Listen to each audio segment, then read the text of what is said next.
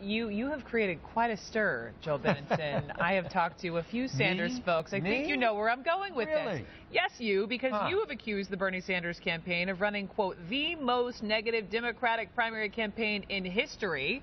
So before we talk about that, I want you to respond to Nina Turner from the Sanders campaign. She had some words. Take a listen.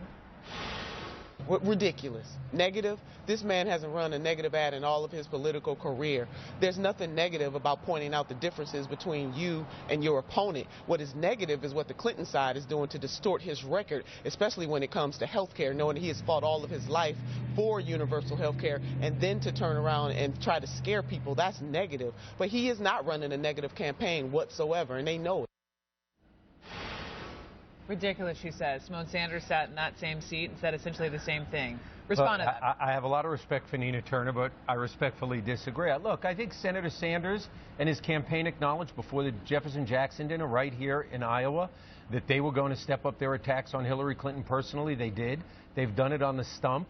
If Senator Sanders thinks I'm wrong and his team thinks I'm wrong, they should talk about how they had to ask their supporters in social media to kind of tone it down, because some of the vitriolic things they were saying about anybody who disagrees with them. Look, the attacks have gotten personal from time to time. There have been, read any headlines in the last week about Senator Sanders stepping up his attacks on Hillary Clinton. Every news media has reported on this in the last couple of weeks. Look, I think what Nina Turner said that's right is it's fair to compare issues. Don't make it personal.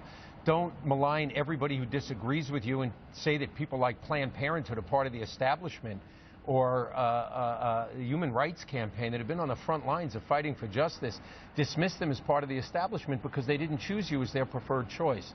Those kinds of things are meant to diminish people who aren't on your side, and I think that is negative.